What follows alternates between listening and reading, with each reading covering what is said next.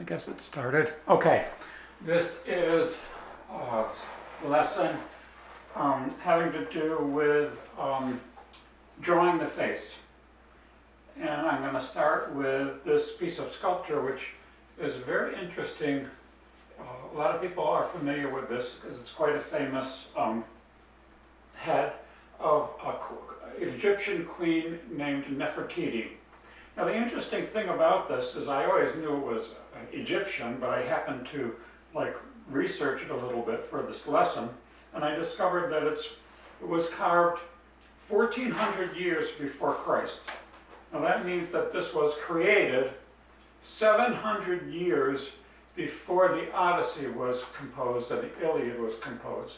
Now there was this whole period of time, and not only that, but it was created in the 14th dynasty of the Egyptians. So the tradition that gave rise to sculpture of this sort goes back even farther back than 1400 BC. Here's what it said about it in Wikipedia. The Nefertiti bust is a painted bust of Nefertiti, bust being a sculptural term for head, the great royal wife of Egyptian pharaoh Akhenaten. The work is believed to have been crafted in 1345 BC by Tutmos, is the name of the sculptor, because it was found in his workshop in Egypt. It is one of the most copied works of ancient Egypt. Nefertiti has become one of the most famous women of the ancient world. Nefertiti, meaning the beautiful one has come forth, was the 4th century BCE great royal wife, chief consort of the Egyptian pharaoh Akhenaten of the 18th dynasty, not 14th, but 18th dynasty of Egypt. Akhenaten initiated a new monotheistic form of worship called Atenism, I probably pronounced it wrong, dedicated to the sun disk Aten. Little is known about Nefertiti.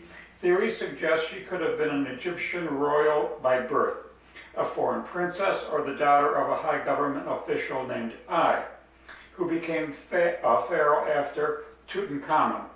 She may have been the co-regent of Egypt with Akhenaten, who ruled from 1352 BC.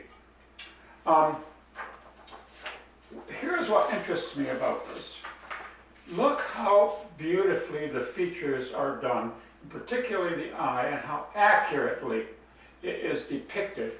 It's like, in a way, it almost seems just like a face and not a sculpture of a face.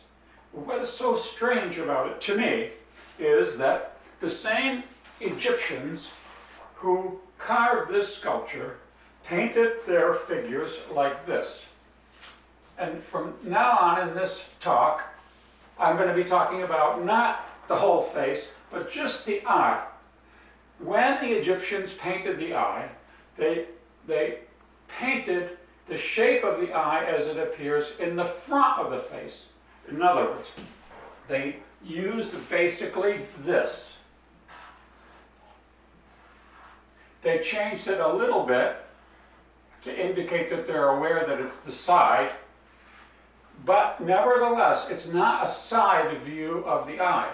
And interestingly, all of them for thousands of years did not paint the eye like that.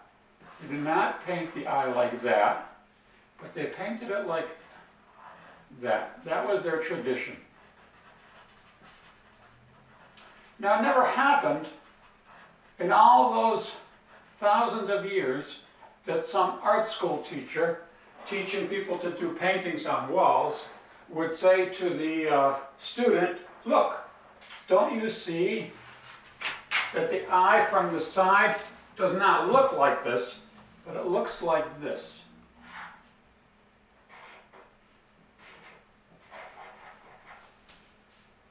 It looks like that. And the nose like that, and it's back from the front of the face. Now, that I showed you one example. Here's another example. The interesting thing about this example is it's practically identical to the other example that I showed you. See? Now, I didn't have to look very hard to find these two images because all of them, they're wall paintings in their tombs.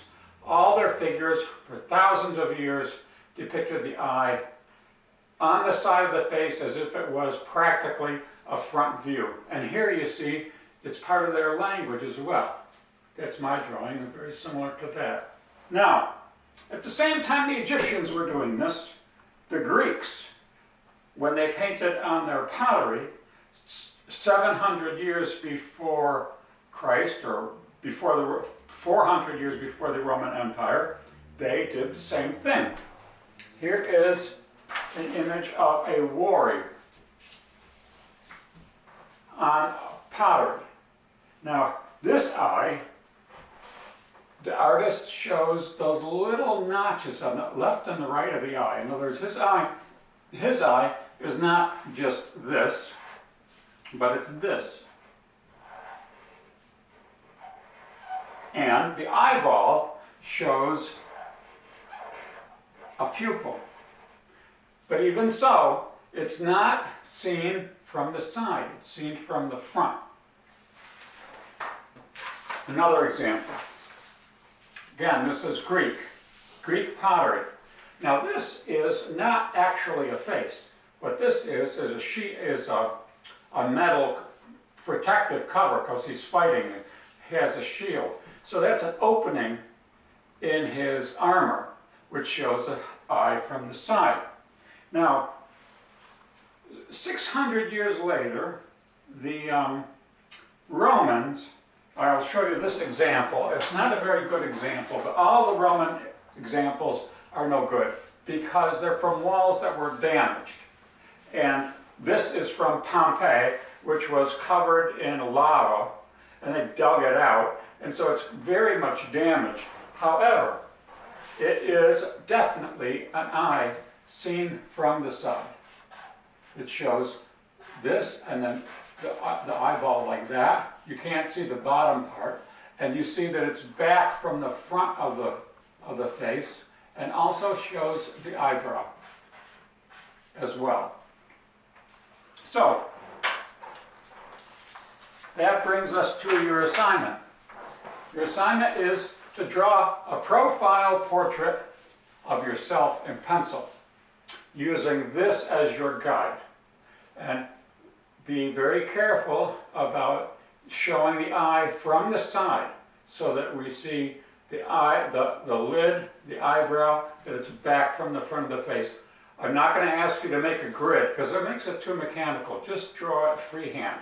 And I'm going to see you in a couple days, so I don't know whether you're going to have this done on time like for my visit, but I'm planning to come on Wednesday afternoon, and so wouldn't be a bad idea if it was done and I could bring a frame. I could put the drawing in a frame and bring it home. Oh, and one other thing. Please send me a group of JPEG images, photo images from your file for me to print so I can bring them on Wednesday. And so that is your lesson for Monday.